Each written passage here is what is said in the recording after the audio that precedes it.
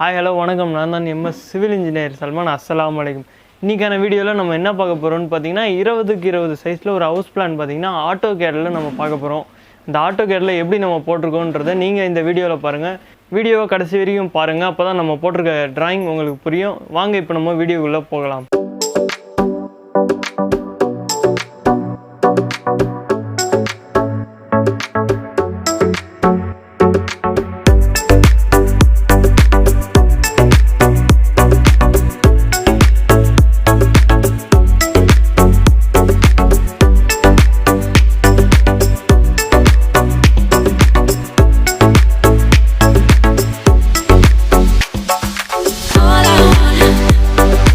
All